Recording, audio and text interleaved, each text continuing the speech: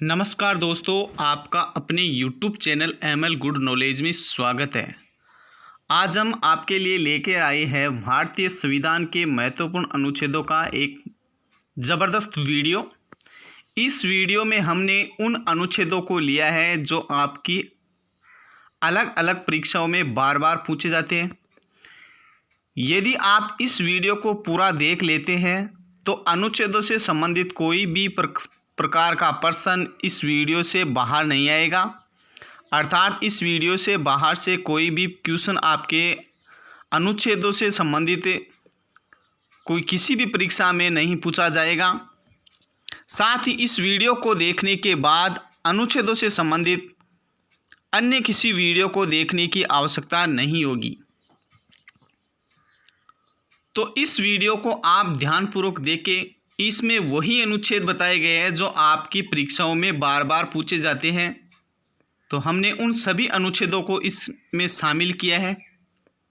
इस वीडियो को देखने से पहले आपसे एक छोटी सी रिक्वेस्ट है, यदि आपने अभी तक हमारे चैनल को सब्सक्राइब नहीं किया है तो सब्सक्राइब ज़रूर करें।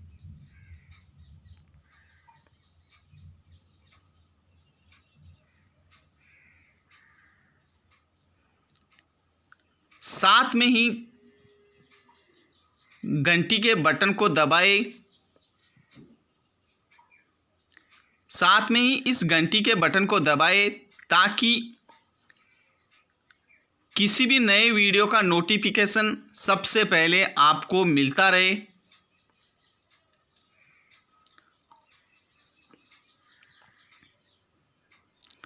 और यदि आपने हमारे चैनल को पहले ही सब्सक्राइब कर रखा है तो वीडियो को लाइक करना न भूलें।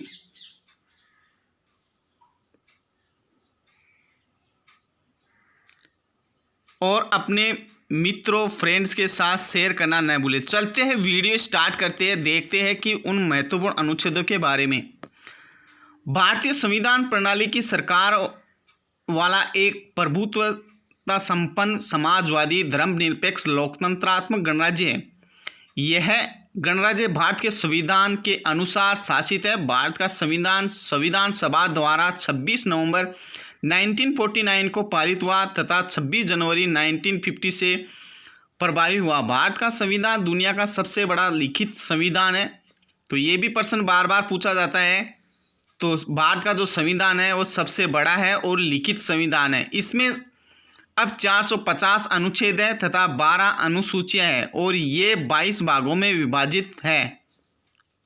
इसमें से आपको उन अनुच्छेदों के बारे में बताया जा रहा है जो आपकी परीक्षाओं में बार बार पूछे जाते हैं। सबसे पहला अनुच्छेद है अनुच्छेद नंबर 1, संघ का नाम और राज्य क्षेत्र। अनुच्छेद नंबर 2, नए राज्यों का प्रवेश या स्थापना। अनुच्छेद नंबर 3, राज्य का निर्माण तथा सीमाओं या नामों में परिवर्तन। अनुच्छेद नंबर 4, पहली अनुसूचित व चौथी अनुसूची के संशोधन तथा 2 या और 3 के अधीन बताई गई विधियां। तो अनुच्छेद नंबर 1, अनुच्छेद नंबर 2, अनुच्छेद नंबर 3 और अनुच्छेद नंबर 4, हमने आपको 4 अनुच्छेद बताए हैं। ये परीक्षाओं में बार बार पूछे जाते हैं। अब आगे और भी अनुच्छेद देखते हैं अपन। अनुच्छेद नंबर 9, विदेशी राज्य की नागरिकता लेने पर नागरिकता का नाम का ना होना, यानी कि विदेशी राज्य की नागरिकता लेने पर नागरिकता का ना होना। अनुच्छेद नंबर 10, नागरिकता के अधिकारों का बना रहना। अनुच्छेद नंबर 11, संसद द्वारा नागरिकता के लिए कानून का विनियमन। तो अनुच्छेद नंबर 1, 2, 3, 4, 9, 10, 11, अभी तक हमने अनुच्छेद 7 अनुच्छेद अभी तक हमने कवर कर लिए हैं। इसमें अनुच्छेद नंबर 10 काफ़ी इम्पोर्टेंट है, नागरिकता के अधिकारों का बना रहना। यह अनुच्छेद काफ़ी महत्वपूर्ण है। अनुच्छेद नंबर 12, राज्य की परिभाषा। अनुच्छेद नंबर 12 राज्य की परिभाषा को डिफाइन करता है। अनुच्छेद नंबर 13 मूल अधिकारों को असंगत अनुच्छेद नंबर 14 विधि के समक्ष समानता। अनुच्छेद नंबर 15 धर्म जाति लिंग पर भेद का प्रतिषेध। अनुच्छेद नंबर 16 लोक नियोजन में अवसर की समानता। अनुच्छेद नंबर 17 अस्पृश्यता का अंत, यानी कि इसमें सबसे महत्वपूर्ण अनुच्छेद है अनुच्छेद नंबर 12, अनुच्छेद नंबर 14, अनुच्छेद नंबर 17, अनुच्छेद नंबर 16, यानी कि वैसे देखा जाए तो ये फंडामेंटल राइट वाले अनुच्छेद है, यानी कि हमारे फंडामेंटल को परिभाषित करते हैं। तो ये काफ़ी महत्वपूर्ण अनुच्छेद है। इन अनुच्छेदों को ज़रूर याद रखें आप, ताकि आपकी किसी भी एग्ज़ाम में अगर इनसे संबंधित कोई भी अनुच्छेद पूछा जाए तो आप उसका तुरंत जवाब या उत्तर दे सके।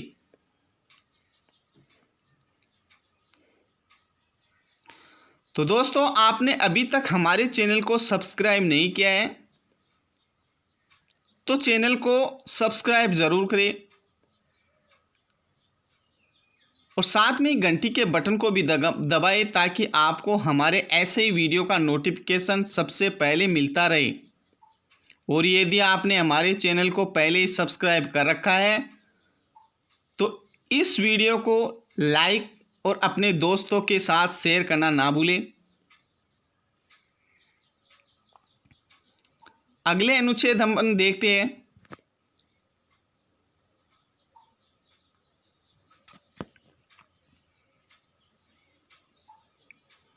अनुच्छेद नंबर 18 उपाधियों का अंत। अनुच्छेद नंबर 19 वाक की स्वतंत्रता। अनुच्छेद नंबर 20 अपराधों के दोष सिद्धि के संबंध में संरक्षण।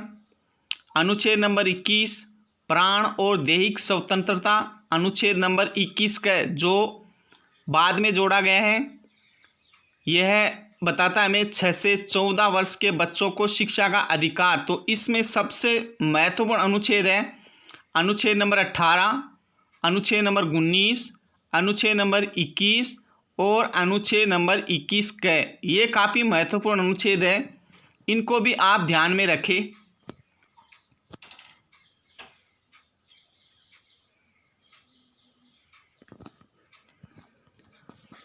आगे है अनुच्छेद नंबर 22 कुछ दशाओं में गिरफ्तारी से संरक्षण। अनुच्छेद नंबर 23 मानव के दुर्व्यवहार और बाल आश्रम, यानी कि अगर मनुष्य को के साथ कोई दुर्व्यवहार किया जाता है या कोई व्यापार किया जाता है तो उसके संबंध में बताता है, या बालकों को से कोई श्रमिक जैसा कोई काम करवाया जाता है उनसे संबंधित है। अनुच्छेद नंबर 24 कारखानों में बालक का नियोजन का प्रतिशत। अनुच्छेद नंबर 25 धर्म का आचरण और प्रचार की स्वतंत्रता। तो आपने देखा अनुच्छेद नंबर 22, 23, 24, 25। तो इनमें सबसे महत्वपूर्ण अनुच्छेद है अनुच्छेद नंबर 24 कारखानों में बालक का नियोजन का प्रतिशत, और अनुच्छेद नंबर 23। ये काफ़ी महत्वपूर्ण अनुच्छेद है, इनको भी आप ज़रूर ध्यान रखें।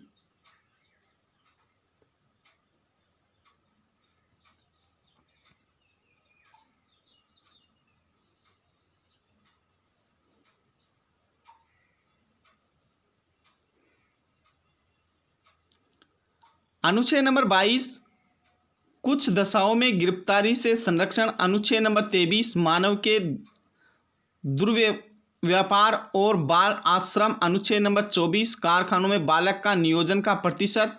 अनुच्छेद नंबर 25 धर्म का आचरण और प्रचार की स्वतंत्रता। तो हमने देखा कि अभी तक हमने कुछ अनुच्छेद कवर कर लिए हैं जो आपकी परीक्षाओं में बार बार पूछे जाते हैं।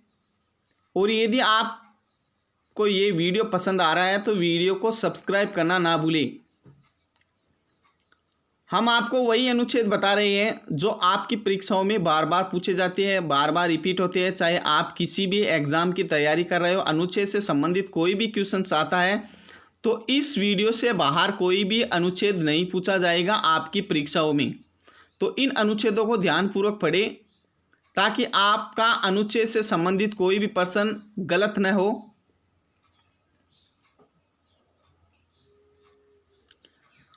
आगे देखते हैं अनुच्छेद नंबर 29 अल्पसंख्यक वर्गों के हितों का संरक्षण, यानी कि 29 नंबर अनुच्छेद है वो अल्पसंख्यक वर्गों के हितों का संरक्षण के बारे में बताता है। अनुच्छेद नंबर 30 शिक्षा संस्थाओं की स्थापना और प्रशासन करने का अल्पसंख्यक वर्गों का अधिकार, यानी कि ये जो दोनों अनुच्छेद है ये अल्पसंख्यक वर्गों के लिए है,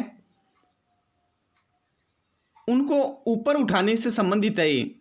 तो ये भी काफ़ी इम्पोर्टेंट अनुच्छेद है क्योंकि ये पर्टिकुलर अल्पसंख्यक वर्गों के लिए है, जिसमें सब 29 नंबर ये कहता है, अनुच्छेद नंबर 29 ये कहता है कि अल्पसंख्यक वर्गों के हितों का संरक्षण करना, यानी कि उनको ऊपर उठाना।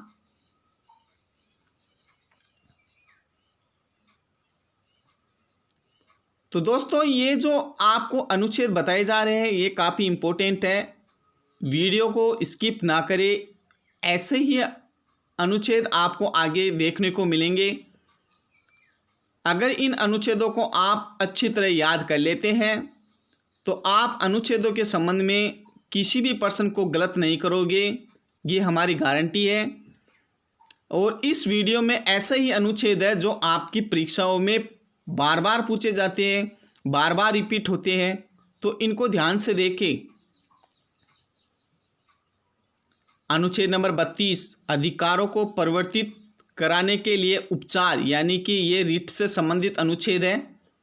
अनुच्छेद नंबर 36 परिभाषा, तो आपको बता दें कि परिभाषा का जो अनुच्छेद था वो अनुच्छेद नंबर 12 था, तो इसमें जो 36 नंबर में जो अनुच्छेद है वो भी परिभाषा को ही डिफाइन करता है, परिभाषा के बारे में बताया जाता है। इसमें भी यह है परिभाषा से संबंधित है, यानी कि इसमें जो परिभाषा होगी वो अकॉर्डिंग अनुच्छेद 12 के अकॉर्डिंग ही होगी। अनुच्छेद नंबर 40 ग्राम पंचायतों का संगठन, यानी कि ये ग्राम पंचायतों से संबंधित है अनुच्छेद है। अनुच्छेद नंबर 48 कृषि और पशुपालन संगठन से संबंधित है, तो इसमें सबसे महत्वपूर्ण अनुच्छेद है अनुच्छेद नंबर 40 ग्राम पंचायतों का संगठन। ये अनुच्छेद काफ़ी महत्वपूर्ण है। अनुच्छेद नंबर 50 कार्यपालिका से न्यायपालिका का पृथक्करण, यानी कि इसमें कार्यपालिका और न्यायपालिका का पृथक्करण के बारे में उल्लेख करता है।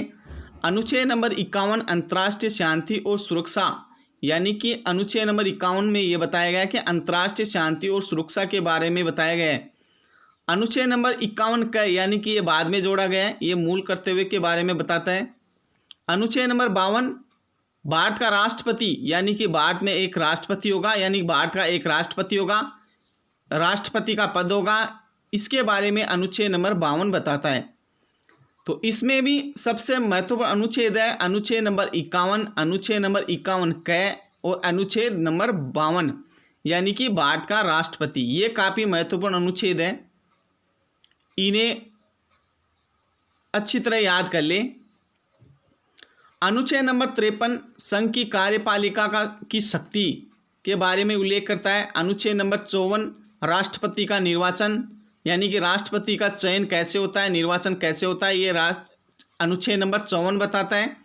अनुच्छेद नंबर 55 राष्ट्रपति के निर्वाचन की रीति कैसी होती है, यानी राष्ट्रपति के चुनाव की जो प्रक्रिया है, जो रीति है वो किस प्रकार की होगी, ये अनुच्छेद नंबर 55 बताता है। अनुच्छेद नंबर 56 है राष्ट्रपति की पदावधि, यानी कि राष्ट्रपति कितनी अवधि तक अपने पद पर बना रहेगा, ये अनुच्छेद नंबर 56 बताता है। तो आपने देखा कि राष्ट्रपति से संबंधित अनुच्छेद काफ़ी महत्वपूर्ण है, जो बार बार आपकी परीक्षाओं में पूछे जाते हैं, तो इनको ध्यान से देखें। यानी कि ये जो अनुच्छेद है इसमें सबसे महत्वपूर्ण अनुच्छेद है अनुच्छेद नंबर 54, अनुच्छेद नंबर 55 और अनुच्छेद नंबर 56। इसमें सबसे महत्वपूर्ण अनुच्छेद नंबर 55 है कि राष्ट्रपति के निर्वाचन की जो रीति है वो किस प्रकार की है। अगला अनुच्छेद है अनुच्छेद नंबर 76, एक मंत्रिपरिषद होगी जिसके शीर्ष पर प्रधानमंत्री रहेगा, जिसकी सहायता एवं सुझाव के आधार पर राष्ट्रपति अपने कार्य संपन्न करेगा। राष्ट्रपति मंत्रिपरिषद के लिए किसी सलाह के पुनर्विचार को आवश्यक समझ सकता है, पर पुनर्विचार के पश्चात दी गई सलाह के अनुसार वह कार्य करेगा। इससे संबंधित किसी विवाद की परीक्षा किसी न्यायालय में नहीं की जाएगी। यानी कि ये राष्ट्रपति के कार्य को बताता है, यानी राष्ट्रपति इसमें ये बताता है नंबर 76 की एक मंत्रिपरिषद होगी और मंत्रिपरिषद का हेड होगा प्रधानमंत्री। यानी कि राष्ट्रपति है वो मंत्रिपरिषद की सलाह पर ही कार्य करेगा, ये अनुच्छेद ये बताता है।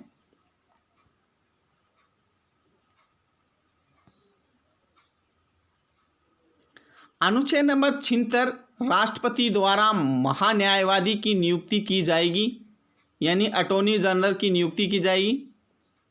अनुच्छेद नंबर 78 प्रधानमंत्री का यह कर्तव्य होगा कि वह प्रशासनिक व विधायिक मामलों तथा मंत्रिपरिषद के निर्णयों के संबंध में राष्ट्रपति को सूचना दें। यदि राष्ट्रपति इस प्रकार की सूचना प्राप्त करना आवश्यक समझे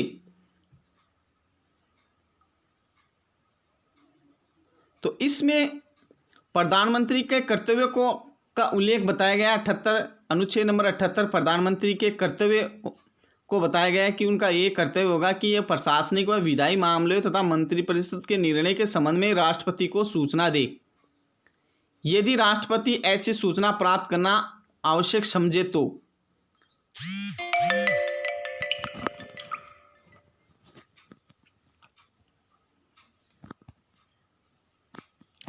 अगला अनुच्छेद है अनुच्छेद नंबर 111। 111 नंबर का अनुच्छेद हमें यह बताता है कि संसद के दोनों सदनों द्वारा पारित विधेयक राष्ट्रपति के पास जाता है। राष्ट्रपति उस विधेयक को सहमति प्रदान कर सकता है या अस्वीकार कर सकता है। वह संदेश के साथ या बिना संदेश के संसद को उस पर पुनर्विचार के लिए भेज सकता है। पर यदि दोबारा विधेयक को संसद द्वारा राष्ट्रपति के पास भेजा जाता है तो वह इसे अस्वीकार नहीं करेगा। अर्थात ये बताता है कि अगर कोई विधेयक दोनों सदनों में पास हो जाता है और वो राष्ट्रपति के पास चला जाता है तो राष्ट्रपति उसे वापस भी लौटा सकता है, उसको स्वीकार भी कर सकता है और अस्वीकार भी कर सकता है। लेकिन यदि वही विधेयक दोबारा संसद द्वारा राष्ट्रपति के पास भेजा जाता है तो फिर उसे अस्वीकार नहीं किया जाएगा राष्ट्रपति द्वारा, यानी कि उसको सहमति प्रदान की जाएगी, उसको स्वीकार किया जाएगा, उस पर सिग्नेचर करने ही होंगे राष्ट्रपति को। तो इसमें विधेयक के बारे में बताया कि राष्ट्रपति के पास कोई विधेयक भेजा जाता है तो एक बार भेजने के बाद वह उसे वापस लौटा सकता है, लेकिन दोबारा अगर वो भेजा जाता है तो राष्ट्रपति को उसको सहमति प्रदान करनी होगी। अनुच्छेद नंबर 123 संसद के अवकाश सत्र को बताता है। सत्र नहीं चलने की स्थिति में राष्ट्रपति को अध्यादेश जारी करने का अधिकार देता है। यानी कि अनुच्छेद नंबर 123 संसद के अवकाश में राष्ट्रपति को अध्यादेश जारी करने का अधिकार प्रदान करता है। अनुच्छेद नंबर 124 बताता है कि इसके अंतर्गत सर्वोच्च न्यायालय के गठन का वर्णन है, यानी कि सुप्रीम कोर्ट है उसके गठन का वर्णन 124 अनुच्छेद 124 के अंतर्गत बताया गया है। अनुच्छेद नंबर 129 सर्वोच्च न्यायालय एक अभिलेख न्यायालय है, यानी कि हमने देखा कि अनुच्छेद नंबर 129 हमें ये बताता है कि सुप्रीम कोर्ट है वो एक अभिलेख न्यायालय है। तो इसमें सबसे महत्वपूर्ण अनुच्छेद है 124, अनुच्छेद नंबर 124। अगला अनुच्छेद है अनुच्छेद नंबर 163 राज्यपाल के कार्यों में सहायता एवं सुझाव देने के लिए राज्यों में एक मंत्रिपरिषद एवं इसके शीर्ष पर मुख्यमंत्री होगा, पर राज्यपाल के सविवेक संबंधी कार्यों में वह मंत्रिपरिषद के सुझाव लेने के लिए बाध्य नहीं होगा। यानी कि अनुच्छेद नंबर 163 है वो राज्यपाल के कार्यों में सहायता एवं सुझाव देने के लिए राज्यों में एक मंत्रिपरिषद एवं इसके शीर्ष पर मुख्यमंत्री होगा। यानी राज्यपाल की कार्य में जो सहायता करनी है उसके लिए मुख्यमंत्री और मंत्रिपरिषद होगा जो उनकी सहायता करेंगे।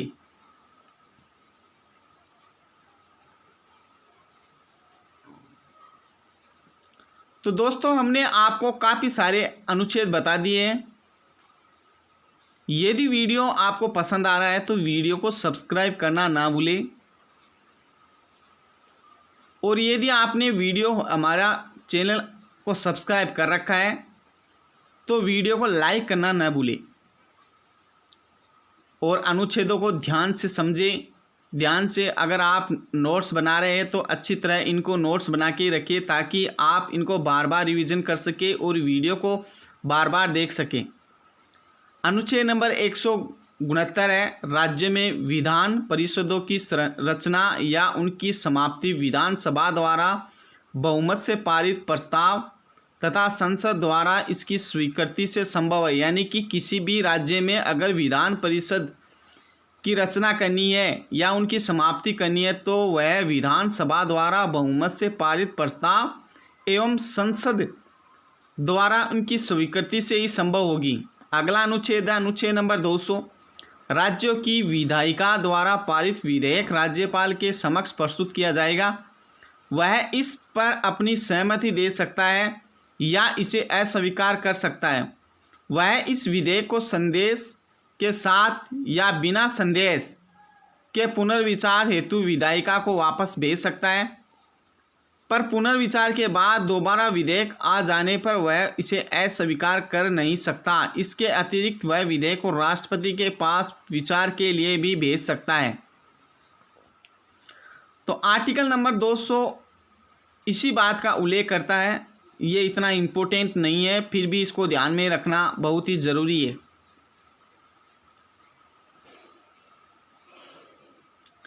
अनुच्छेद नंबर 214 ये बताता है कि सभी राज्यों के लिए उच्च न्यायालय की व्यवस्था होगी, या अर्थात हर राज्य में उच्च न्यायालय होगा, यानी हाई कोर्ट होगा। अब ये हर राज्य में हो ये कोई ज़रूरी नहीं है, 2 राज्यों का एक भी हो सकता है, लेकिन हाई कोर्ट के बारे में 214 बताता है अनुच्छेद नंबर 226 मूल अधिकारों के प्रवर्तन के लिए उच्च न्यायालय को लेख जारी करने की शक्तियाँ। अनुच्छेद नंबर 233 जिला न्यायाधीशों की नियुक्तियां राज्यपाल द्वारा उच्च न्यायालय के परामर्श से की जाएगी। अनुच्छेद नंबर 235 उच्च न्यायालय का नियंत्रण अधीनस्थ न्यायालयों पर रहेगा। यानी कि इस अनुच्छेदों में सबसे महत्वपूर्ण अनुच्छेद है अनुच्छेद नंबर 233, जिला न्यायाधीशों की नियुक्ति राज्यपाल द्वारा उच्च न्यायालय के परामर्श से की जाएगी। अनुच्छेद नंबर 239 केंद्र शासित प्रदेशों का प्रशासन राष्ट्रपति द्वारा होगा। वह यदि उचित समझे तो बगल के किसी राज्य के राज्यपाल को इसके प्रशासन का दायित्व सौंप सकता है या प्रशासन की नियुक्ति कर सकता है। अनुच्छेद नंबर 245 संसद संपूर्ण देश या इसके किसी हिस्से के लिए तथा राज्य विधानपालिका अपने राज्य या इसके किसी हिस्से के लिए कानून बना सकता है। तो इसमें अनुच्छेद नंबर 239 महत्वपूर्ण है, केंद्र शासित प्रदेशों का प्रशासन राष्ट्रपति द्वारा होगा। यानी कि यूनियन टेरिटरी है उनका प्रशासन राष्ट्रपति द्वारा ही किया जाएगा।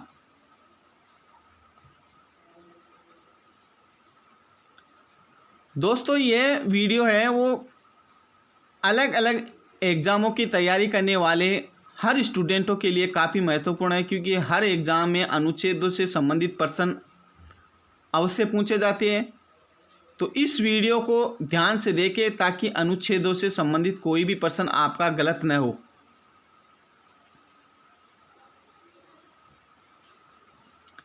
अनुच्छेद नंबर 262 अंतर्राज्यीय नदियां या नदी घाटियों के जल के वितरण एवं नियंत्रण से संबंधित विवादों के लिए संसद द्वारा निर्णय कर सकती है। अनुच्छेद नंबर 263 केंद्र राज्य संबंधों में विवादों का समाधान करने एवं परस्पर सहयोग के क्षेत्रों के विकास के उद्देश्य से राष्ट्रपति एवं एक अंतर्राज्यीय परिषद की स्थापना कर सकता है। यानी कि केंद्र और राज्य से संबंधित विवादों के समाधान के लिए या उसमें परस्पर सहयोग के क्षेत्रों के विकास के उद्देश्य के लिए राष्ट्रपति एक अंतर्राज्यीय परिषद की स्थापना कर सकता है। अनुच्छेद नंबर 266 भारत की संचित निधि जिसमें सरकार की सभी मौद्रिक अवशिष्टियाँ एकत्रित रहेगी, विधि समस्त प्रक्रिया के बिना इसे कोई भी राशि नहीं निकाली जा सकती है। अनुच्छेद नंबर 267 संसद विधि द्वारा एक आकस्मिक निधि स्थापित कर सकती है जिसमें अकस्मात उत्पन्न परिस्थितियों के लिए राशि एकत्रित की जाएगी। अर्थात अनुच्छेद नंबर 266 जो भारत की संचित निधि के बारे में बताता है और अनुच्छेद नंबर 267 जो एड हॉक कमेटी के बारे में बताता है। यह दोनों ही अनुच्छेद काफ़ी महत्वपूर्ण अनुच्छेद है। अनुच्छेद नंबर 280, राष्ट्रपति हर 5वें वर्ष एक वित्त आयोग की स्थापना करेगा जिसमें अध्यक्ष के अतिरिक्त 4 अन्य सदस्य होंगे तथा जो राष्ट्रपति के पास केंद्र एवं राज्य के बीच करों के वितरण के संबंध में अनुशंसा करेगा। अर्थात ये 280वां अनुच्छेद है, ये बताता है कि राष्ट्रपति हर 5वें वर्ष एक वित्त आयोग की स्थापना करेगा जिसमें अध्यक्ष के अतिरिक्त 4 अन्य सदस्य होंगे तथा जो राष्ट्रपति के पास केंद्र एवं राज्यों के बीच करों के वितरण के संबंध में अनुशंसा करेंगे। अनुच्छेद नंबर 300 क, राज्य किसी भी व्यक्ति को उसकी संपत्ति से वंचित नहीं करेगा। पहले यह प्रावधान मूल अधिकारों के अंतर्गत था, पर संविधान के 44वें संशोधन 1978 द्वारा इसे अनुच्छेद 300 क में एक सामान्य वैधानिक कानूनी अधिकार के रूप में अवस्थित किया गया है। यानी कि यह अनुच्छेद मूल अधिकारों से हटाकर इसको एक कानूनी अधिकार बनाया गया है। इसको मूल अधिकारों में से हटाकर अलग से अनुच्छेद नंबर 300 क में जोड़कर इसको कानूनी अधिकार बताया गया है। यह संपत्ति से संबंधित अधिकार है। यह काफ़ी महत्वपूर्ण अनुच्छेद है क्योंकि यह 44वें संविधान संशोधन 1978 द्वारा इसे मूल संविधान से हटाकर अनुच्छेद 300 क में एक वैधानिक यानी कानूनी अधिकारों में जोड़ा गया है। अनुच्छेद नंबर 312, राज्यसभा विशेष बहुमत द्वारा नई अखिल भारतीय सेवाओं की स्थापना की अनुशंसा कर सकती है। अनुच्छेद नंबर 315, संघ एवं राज्यों के लिए एक लोक सेवा आयोग की स्थापना की जाएगी। अनुच्छेद नंबर 324, चुनावों के पर्यवेक्षण, निर्देशन एवं नियंत्रण संबंधी समस्त शक्तियाँ चुनाव आयोग में निहित रहेगी। तो इस अनुच्छेदों में सबसे महत्वपूर्ण अनुच्छेद है 312, 315 और 324, यानी कि यह तीनों अनुच्छेद काफ़ी महत्वपूर्ण अनुच्छेद है। इनको भी आप ध्यान में रखें। इनमें 315वां अनुच्छेद काफ़ी पूछा जाता है।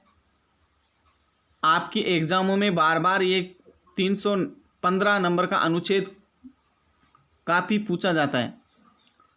अनुच्छेद नंबर 315, संघ एवं राज्यों के लिए एक लोक सेवा आयोग की स्थापना की जाएगी। अनुच्छेद नंबर 331, आंग्ल भारतीय यानी कि एंग्लो इंडियन समुदाय के लोगों का राष्ट्रपति द्वारा लोकसभा में मनोनयन संभव है यदि वह समझे कि उनका उचित प्रतिनिधित्व नहीं है। अनुच्छेद नंबर 332, अनुसूचित जाति एवं जनजातियों का विधानसभाओं में आरक्षण का प्रावधान, ये काफ़ी इम्पोर्टेंट अनुच्छेद है। अनुच्छेद नंबर 332 हमें ये बताता है कि अनुसूचित जाति एवं जनजातियों का विधानसभाओं में आरक्षण के संबंध में प्रावधान, ये आर्टिकल 332 हमें ये बताता है।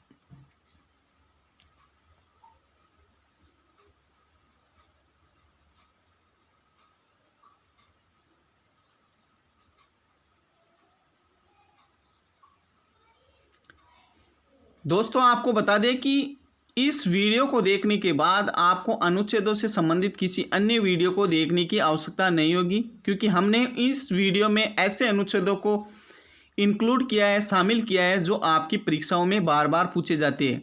आप किसी भी परीक्षा की तैयारी कर रहे हो, इसमें से आपको उस परीक्षा में अनुच्छेद देखने को मिल जाएंगे। अनुच्छेद नंबर 333, आंग्ल भारतीय समुदाय के लोगों का विधानसभाओं में मनोनयन। अनुच्छेद नंबर 335, अनुसूचित जातियों, जनजातियों एवं पिछड़े वर्गों के लिए विभिन्न सेवाओं में पदों पर आरक्षण का प्रावधान। अनुच्छेद नंबर 343, संघ की आधिकारिक भाषा देवनागरी लिपि में लिखी गई हिंदी होगी। यानी कि इसमें सबसे महत्वपूर्ण अनुच्छेद है अनुच्छेद नंबर 333, जो हमें ये बताता है कि आंग्ल भारतीय यानी एंग्लो इंडियन समुदाय के लोगों का विधानसभाओं में मनोनयन होना, यानी कि उनको नॉमिनेट किया जाएगा विधानसभाओं में, ये हमें आर्टिकल 333 बताता है। आर्टिकल नंबर 347, यदि किसी राज्य में पर्याप्त संख्या में लोग किसी भाषा को बोलते हो और उनकी आकांक्षा हो कि उनके द्वारा बोली जाने वाली भाषा को मान्यता दी जाए, तो इसकी अनुमति राष्ट्रपति दे सकता है। अनुच्छेद नंबर 351, यह संघ का कर्तव्य होगा कि वह हिंदी भाषा का प्रचार एवं उत्थान करे ताकि वह भारत की मिश्रित संस्कृति के सभी अंगों के लिए अभिव्यक्ति का माध्यम बन सके। तो इसमें अनुच्छेद नंबर 351 काफ़ी महत्वपूर्ण अनुच्छेद है। यह संघ का कर्तव्य होगा कि वह हिंदी भाषा का प्रचार एवं उत्थान करे ताकि वह भारत की मिश्रित संस्कृति के सभी अंगों के लिए अभिव्यक्ति का माध्यम बने। ये हमें आर्टिकल नंबर 351 बताता है। आर्टिकल नंबर 352, राष्ट्रपति द्वारा आपात स्थिति की घोषणा यदि वह समझता हो कि वह भारत या उसके किसी भाग की सुरक्षा, युद्ध, बाह्य आक्रमण या सैन्य विद्रोह के फलस्वरूप खतरे में है। यानी कि ये राष्ट्रपति आपातकाल की नेशनल इमरजेंसी के बारे में बताता है। आर्टिकल नंबर 356, यदि किसी राज्य के राज्यपाल द्वारा राष्ट्रपति को यह रिपोर्ट दी जाए कि उस राज्य में संवैधानिक तंत्र असफल हो गया है तो वहाँ राष्ट्रपति शासन लागू किया जा सकता है। तो आर्टिकल नंबर 352 जो हमें नेशनल इमरजेंसी के बारे में बताता है, और आर्टिकल नंबर 356 हमें राष्ट्रपति शासन के बारे में बताता है, जो काफ़ी महत्वपूर्ण अनुच्छेद है। इसमें से आपकी परीक्षाओं में एक अनुच्छेद जरूर पूछा जाता है, तो इन अनुच्छेदों को ध्यान में रखें। अनुच्छेद नंबर 360, यदि राष्ट्रपति यह समझता है कि भारत या इसके किसी भाग की वित्तीय स्थिरता एवं साख खतरे में है तो वह वित्तीय आपात स्थिति की घोषणा कर सकता है। यानी कि राष्ट्रपति 3 तरह के इमरजेंसी लगा सकता है। सबसे पहले है नेशनल इमरजेंसी, दूसरी है जो आर्टिकल 352 में है, 356 में बताती है। आर्टिकल नंबर 356 जो राष्ट्रपति शासन को बताता है। आर्टिकल नंबर 360 जो फाइनेंशियल इमरजेंसी को बताता है, यानी कि वित्तीय आपात स्थिति की घोषणा कर सकता है राष्ट्रपति 360 के अनुसार। तो आर्टिकल 360 काफ़ी महत्वपूर्ण है, यानी कि आप इमरजेंसी से संबंधित तीनों आर्टिकलों को ध्यान में रखें ताकि आप किसी भी एग्ज़ाम में अगर कोई आर्टिकल पूछा जाए तो उसको आसानी से हल कर सकें। तो दोस्तों ये थे सबसे महत्वपूर्ण और मुख्य आर्टिकल जो आपकी परीक्षाओं में बार बार पूछे जाते हैं, जिसको हमने इस वीडियो के माध्यम से आपको बता दिया है। इस वीडियो को आप बार बार देखें ताकि आपको ये आर्टिकल याद हो जाए और आप किसी भी एग्ज़ाम में अगर पेपर देने जाए और आर्टिकल से संबंधित कोई सवाल आ जाए तो आप उस आर्टिकल को, उस क्वेश्चंस को आप सही कर सके। और हमें उम्मीद है कि इस वीडियो में बताए गए आर्टिकल से बाहर कोई भी आर्टिकल आपकी परीक्षाओं में नहीं आएगा।